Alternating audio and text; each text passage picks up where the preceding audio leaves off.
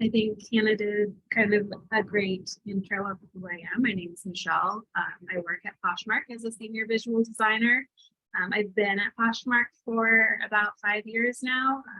Been designing professionally for 8 or 9. So yeah, I'm really excited to be here. And as Hannah mentioned, like I really want to make this time as valuable for you all as possible. So if you have questions, specific things that you're interested or want to learn about, like feel free to ask questions or kind of just jump in as if there's a topic that you want to discuss. I'm kind of going to kick things off a little bit with talking about branding and what a brand is, why it's important, strategy, thought process behind the brand, just kind of as a jumping off point. But again, if anyone wants to talk about any other subjects or has any specific questions about what I'm talking about or about something else that you may have in your mind, like feel free to chime in, and I will do my best to help answer any questions anyone may have. So jumping in with branding, brand strategy. What is a brand? Why is it important? It's been said that having consistent branding across all of your channels can increase your revenue by around 20%. Take that or leave that with a grain of salt, but it is valuable. Your brand is not just your name, it's not just your logo. It says a lot about who you are, what you stand for, and it builds a connection between you, your business, and your consumers, your shoppers, whatever you may call them. So in general, again, there's always, design can be very subjective. Like for you, your viewers, there's no right or wrong. There's always kind of take things with a grain of salt, circumstances that may or may not apply to you. But in general, the goal of your brand is probably to leave your viewers or your customers with a clear and positive impression of you and your brand.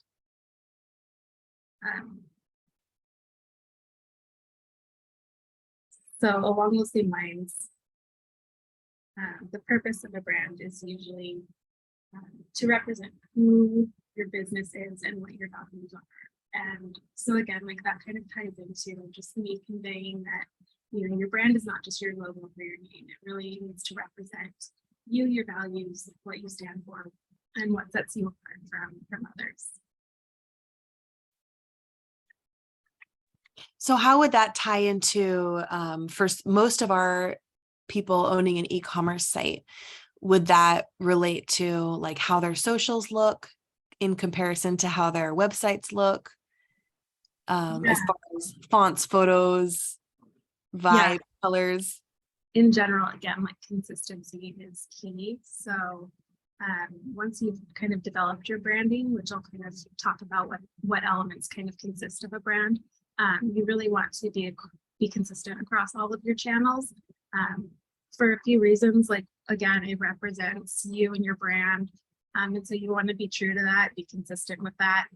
But then it also adds that element of kind of brand recognition. If someone has seen you before, shopped with you before, and then they see something from you on a channel that they haven't seen before, there's usually a recognition that this looks familiar. I think I've seen this before. If they've shopped, I've had a good experience with this. Now I'm more interested and engaged in what the messaging is or what it is you're trying to convey. So like that's a good point to just kind of segue into what are some elements that make up a brand. Again, a lot of branding is not all the visuals, it's who you are, what you stand for, what sets you apart. And that kind of ties into typically brands start off with a brand statement and pillars of what makes their brand important. So, a brand statement is often like, we strive to provide you with excellence in X, Y, and Z type of things. And then the pillars are kind of like the goals of, we provide you with eco-friendly something or other, or our pillar is to be clear, simple, straightforward. It can vary. It can be anything that fits with you and what your specific brand needs are. So the tone and voice is also a big part of a brand. You want to be consistent in how you speak and what your message is. Even in something simple, like if you use the language like we and us, like we value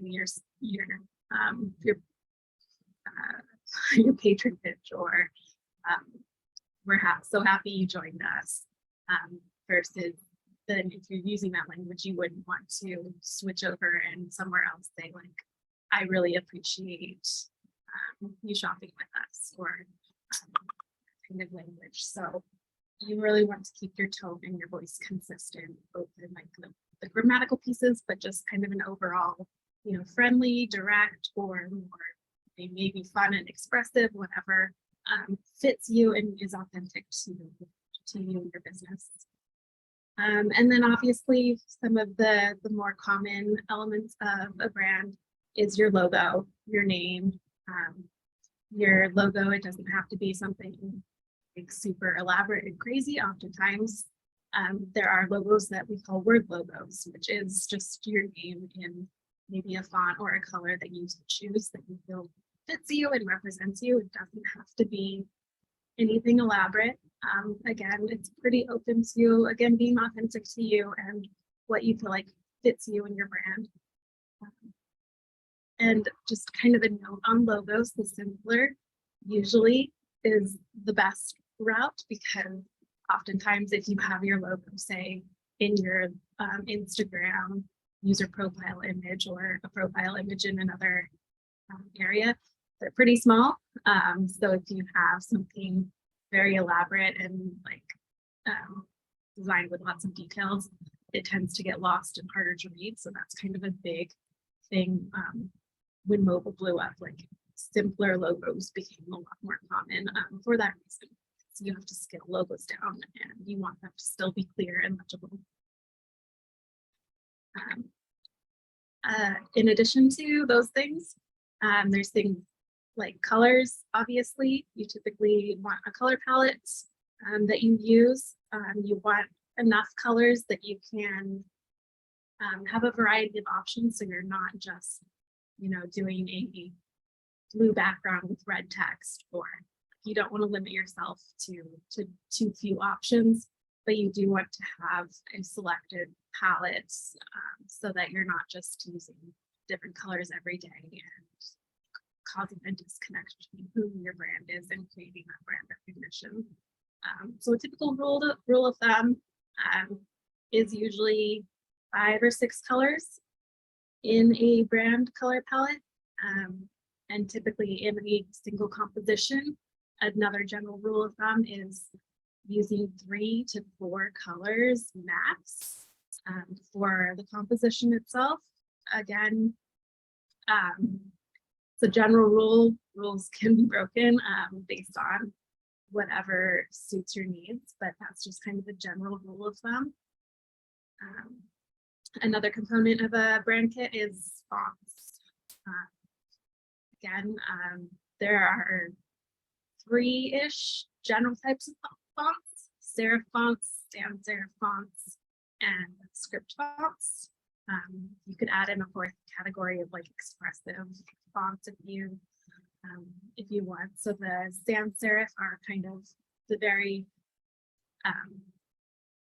kind of straightforward fonts that are just simple, whereas the serif fonts kind of have like the feet and the details that you've probably seen more in like print newspaper type of styles. Script fonts are more of the cursive styles, and expressive is usually just anything that doesn't fit in any of those other 3 categories. So you generally want to have at least one fairly standard font that comes in multiple weights and sizes: a bold, a regular, a thin, with italics. And then it's always fun to have kind of an expressive or a script font to add in as an accent as your designs may be. some other things that, So kind of every time that someone sees your branding, right? They would see like you should always have the same font for the name of your business and maybe your secondary font for your tagline or whatever. And then the yeah, same other font. Is that what you're getting at? The same other font for any body text to yeah. keep it consistent. Yep, your logo should never change. So whatever that is, that should be not edited in any way.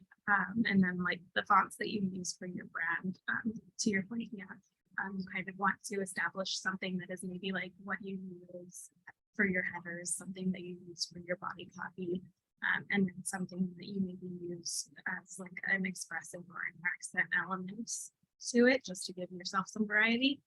And those fonts can be what you use for the header and what you use for the body. It can be the same font, and it often is the same font, and it's just treated in different ways, like maybe irregular for the body and for the header. Yeah. Do you have any recommendations for resources or tools for people to find to find font combinations that go together in a good way? Do you have any recommendations for that?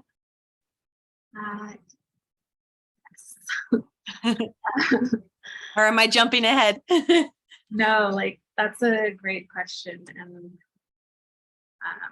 just always forget like the name of the website that I usually go to.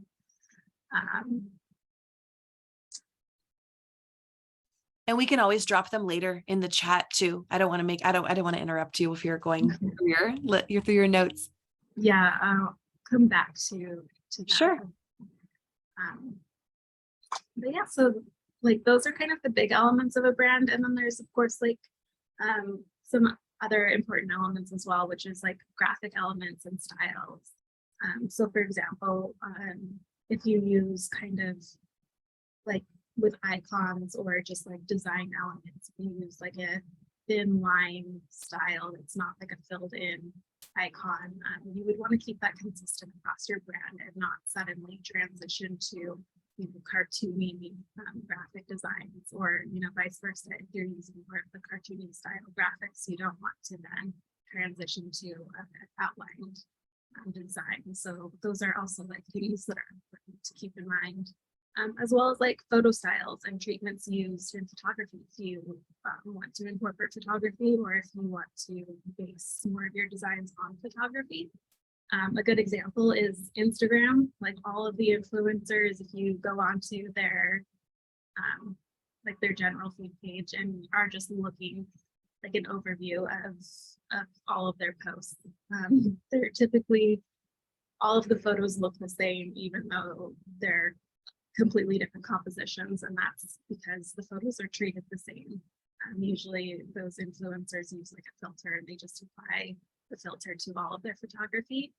And so that is one method of like keeping photography consistent. It's applying like a similar filter or effects to photography, but also things like, if you do kind of more like flat lays, like, or if you do photography that's more just like simple, that focuses on like the article of clothing, like on a white background, or if you like modeled photography, or there's a lot of different options. And that's not to say you can't do interchangeably. You can't have modeled photography and you can't have flat lays. You totally can, but you still want to keep like the basis consistent. And that's ultimately like the biggest thing of a brand, is the consistency, and kind of like laying out different composition styles is really helpful for the groundwork. If you kind of make up some examples of different compositions and styles while you're building out your brand, then you can go back and reference those and go from that, and kind of create new compositions that still use all of the same elements. So it's consistent, but still different. So for someone who's a beginner, maybe purchasing like a Lightroom preset, or for mobile, if you're taking a lot of your photos on mobile, would you recommend someone actually, like, you would pay for a filter or a preset that you use on all of your photos you take for your personal for your socials and your website and stuff to have that consistent branding. Like a Light and Airy photographer, don't they sell like little presets you can buy for your mobile? Yeah, there are a lot of options out there for filters that you can buy and just apply directly to your photos. So that's like definitely an option that's pretty easy. It just, costs money, which is the trade-off of you get something easy, but it costs you a little bit of money.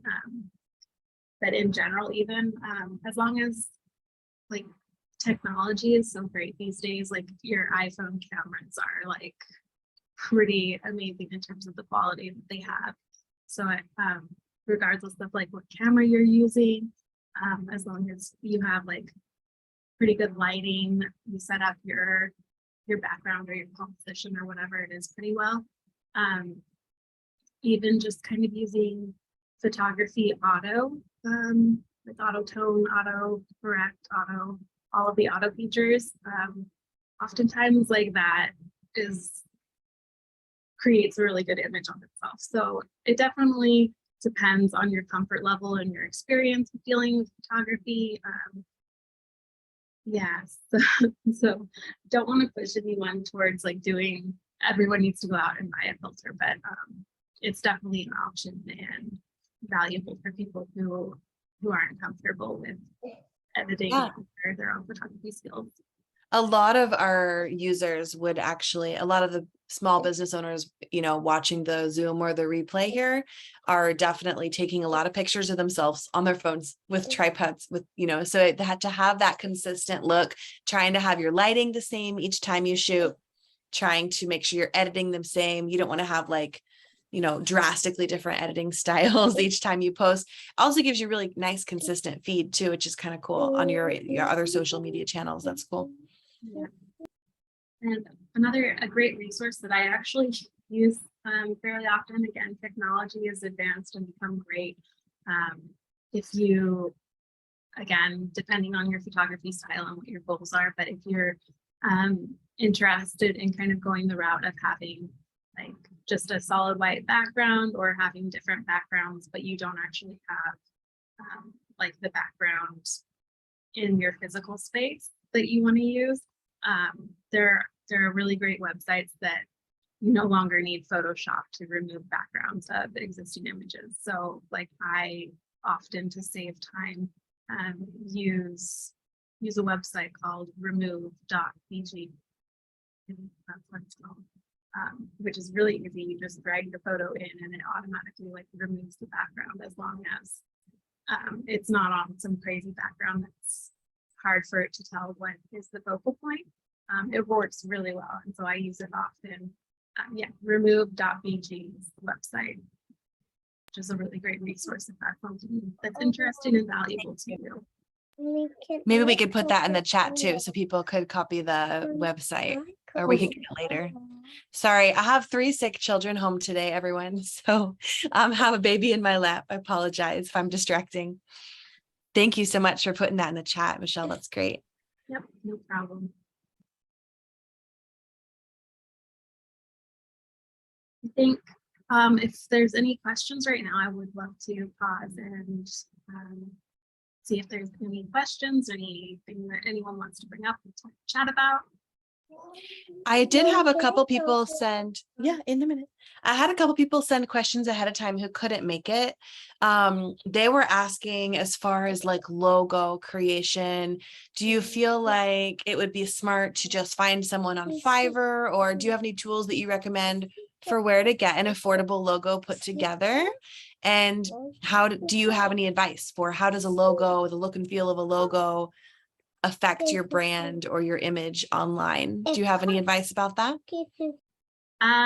Yeah, those are great questions. Definitely think the most important tip, regardless of whether you make a logo or have someone else make a logo, is again going back to what I mentioned before of just the simpler the better.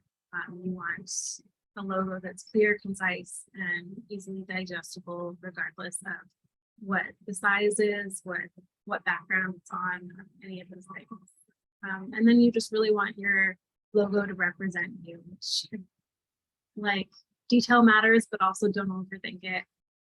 a word mark as a logo is a great option for a logo. There's nothing wrong with that. It may seem too simple, but oftentimes like those are some of the best logos. So yeah, in terms of what you're looking for a logo, it could really be anything. You just usually the simpler the better. Resources for logos. Fiverr is a great resource for kind of a low cost logo that someone else creates for you. And you can kind of work with them to finesse it. There are also some tools that you can use to create your own logos. So Canva, obviously, many of you are probably familiar with, has a free and premium version for kind of creating designs. And so they do have kind of some initial concepts built out that you can utilize for yourself and tweak as you see fit. So that is kind of a simple DIY way of creating a logo. As well as there are some other tools. For example, like Wix has a logo building tool. I'm not 100% sure if you have to have like their website services attached to that in order to access their logo builder, but yeah, off the top of my head, like I know that those are also ways that you can get logos if you're not in the space to kind of create one from scratch yourself. Yeah, that's awesome. How about also with colors? We had people asking about colors. You did mention 5 or 6 colors, which is great because I wouldn't have known that many was okay.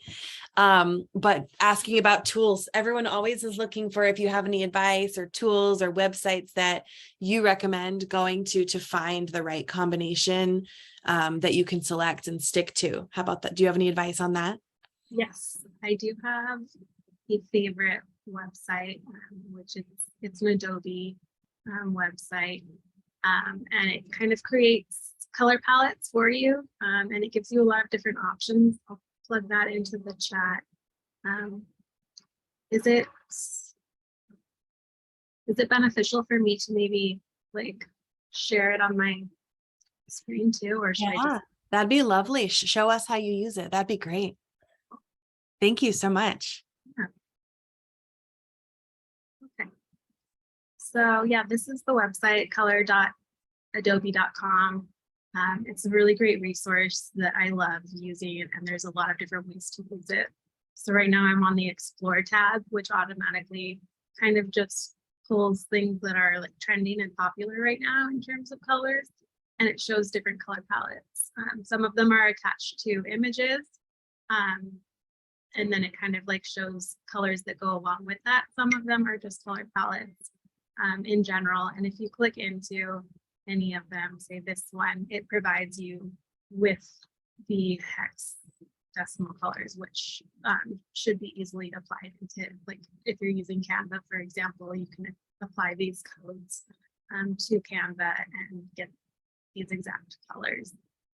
So you can also kind of type in your own searches. If you're right now it's summertime, if you're thinking that you want to do something kind of summer related or summery, you can specifically search summer as a keyword, and it will pull images and palettes that it's associated with being summer. So all of these palettes again are 5 colors, which, like as I mentioned, is kind of a standard.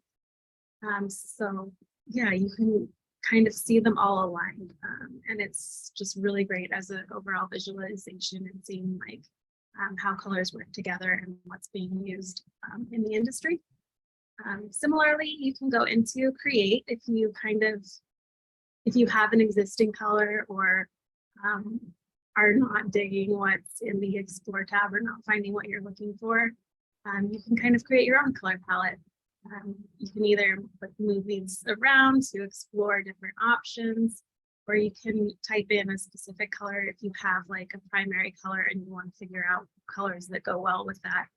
You can type in your primary color and then it will automatically adjust the additional colors based on what color you choose. And then again, there's these options on the side, which then kind of apply the color, your primary color, in different ways. So if this is my primary color, my base color, and then I wanted something monochromatic, then it changes all of the tones to something monochromatic. This is so cool. Yeah, it's a I really know fun about this.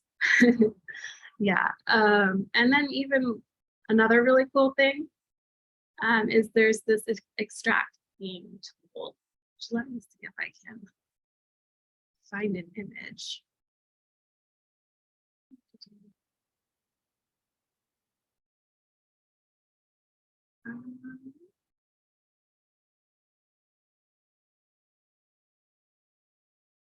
Okay, let's just use this as an example. So I can pull in an image and it will automatically select colors from within the image and create a 5-color palette. And again, you have the options of being like right now, it's pulling more of the colorful images, but maybe I want something more muted.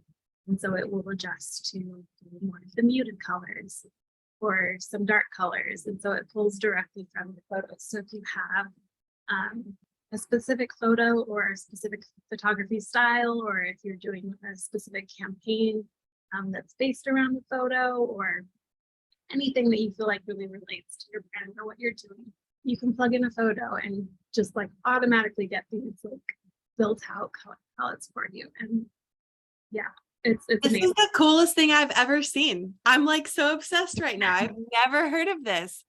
Yeah. I'm gonna go home and practice this today. I'm so excited. This is great. Yeah, this is my favorite website for sure. Very cool. Another one, just I guess kind of, it's not as cool. I should have started with this one and like built up. Colors.co is another one where it's kind of fun visually. You can just see all of the colors like big and bold, full screen.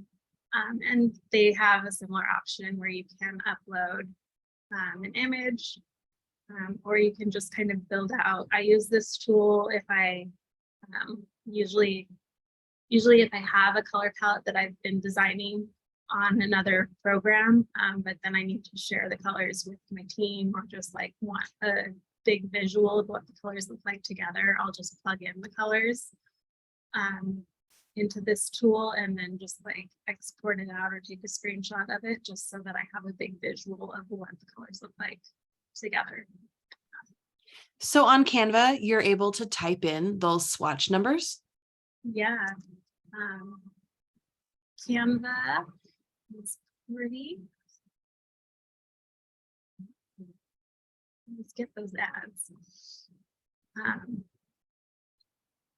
Yeah, if I were to just click into a design on Canva, of course I picked a premium. It's not too bad.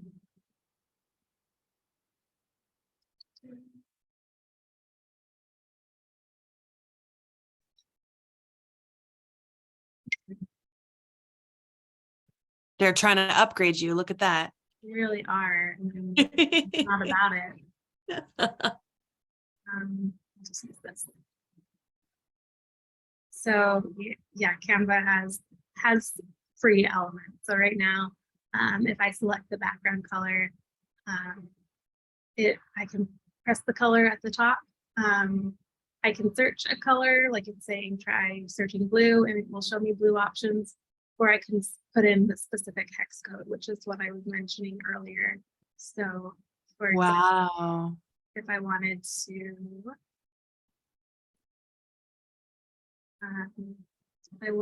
use this color, the great thing is that I can just press on it and it says copy to clipboard, so you don't even need to bother like pressing copy on your keyboard.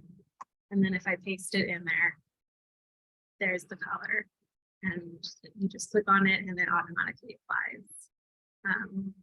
Canva also has a branding option on it where you can kind of pre-insert if you have a color palette, if you have your fonts, you can pre-build those into Canva. And so they're already, accessible, like easily accessible. You can click on a type if you're using a template and just go straight into your branded elements and select from the type options you have or with colors, or if you have graphic elements that you've saved into your Canva branding, you can just easily pull them and drag them into your design. So Canva is a really great tool for beginners who are trying to create elevated designs and building a brand. That's really cool. I would never have known that. How about, so a lot of let's think about some things that our sellers are making on a regular basis, maybe like Facebook banners for Facebook pages or Facebook groups. Do you have any tips and tricks or advice on how to be effective in that area? Yeah. Again, like the design process for me always starts with kind of exploration first. You want to know what you want to include in your design and what your message is. Like, are you trying to, is there inventory that you're trying to move that's been sitting a while and you want to push it? Are you launching a sale and you really want to kind of drive people to check out your sale and purchase those on sale items? Or maybe you have a new collection and you really want to show people what's new and what's available from your store. So kind of starting with knowing what it is that you want to convey and then kind of exploring how to show that visually. I like to use resources to kind of get ideas and inspiration. And Canva is like one of the options that is pretty good for inspiration, especially if you're using it as a design tool, because they've got a lot of different examples of pre-built templates of designs. And if there's something that you like and it's free or you're on premium subscription, you can just like take it and start incorporating your own brand and elements into it as you need and as it works for you. So I think that's one really great tool that's pretty seamless if you use Canva as a design tool. Another like pretty common, simple source of inspiration for myself and many designers is Pinterest. Nothing new there, but it is a great resource. And so if you were creating a Facebook banner,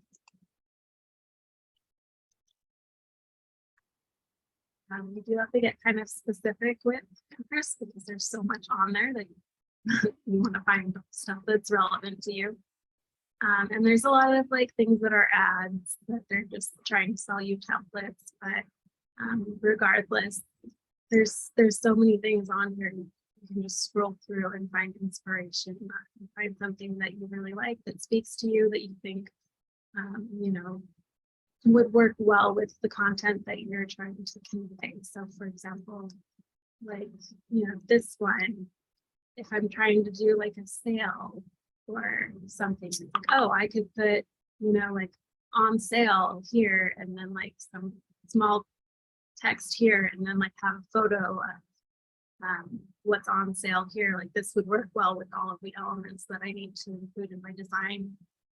And so Pinterest is just another great resource for kind of gathering inspiration, and you don't need to, and you shouldn't copy directly someone's work, but you can definitely pull elements. If you really like this font, finding a similar font. If you really like the shape that's used to encapsulate the images, if you like the color palettes, these are all things that you can be drawn to for a specific reason and you can incorporate into your own design. I love this. So this actually ties into the last question that we had that was given ahead of time.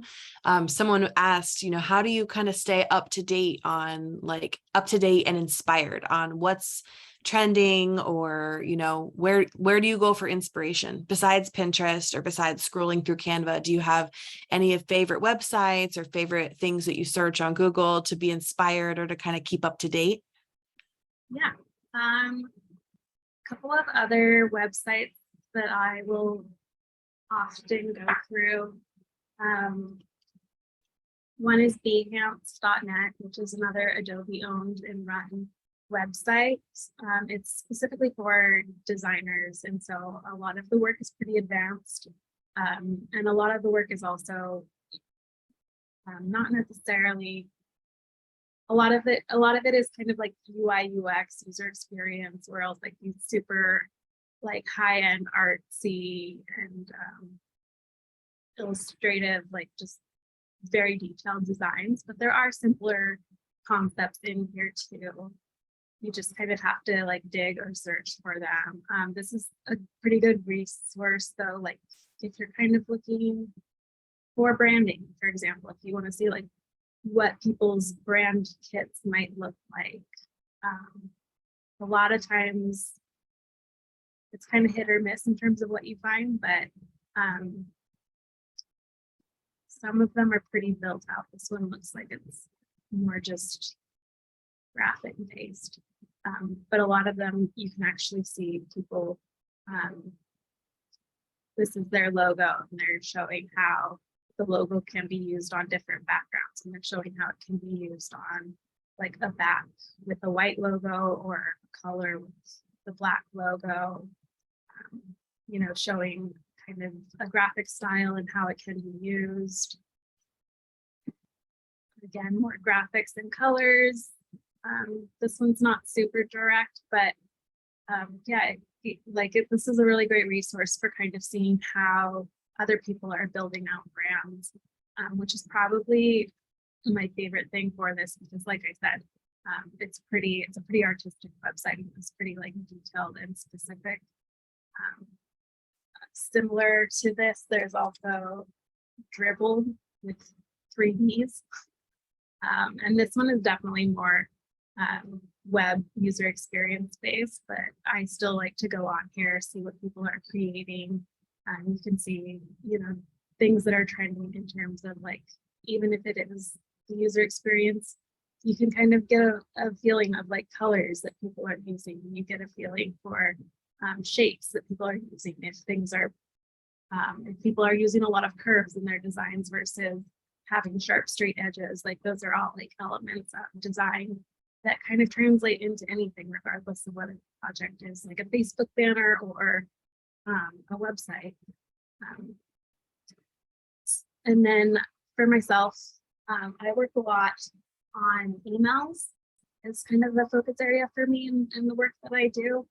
And so again, this is kind of specific to email design, but you can still find kind of what people are doing. So this is mailed.com, and it shows what recent emails of companies. So this is, excuse me, care of. And so this is an email directly from this company, and it's recent. And so you just can kind of see different treatments that people are using, different styles, and how they kind of build a composition based off of that. So it's not a direct translation. It's not like you can look at this and be like, oh, this isn't perfect for my Facebook banner, but there's definitely elements that you can pull from and be inspired by. And it's just another good way to kind of see what's happening in the industry and what's popular with design. And then other than that, if I'm still like not really finding anything, or like I'm looking for something really specific, like again, you know, where is design going for winter 2022? I would just Google that, and there's a lot of kind of articles and different resources that come up from all sorts of brands or media that kind of have their own take on where they think design is going and stuff. So yeah, this is all so helpful.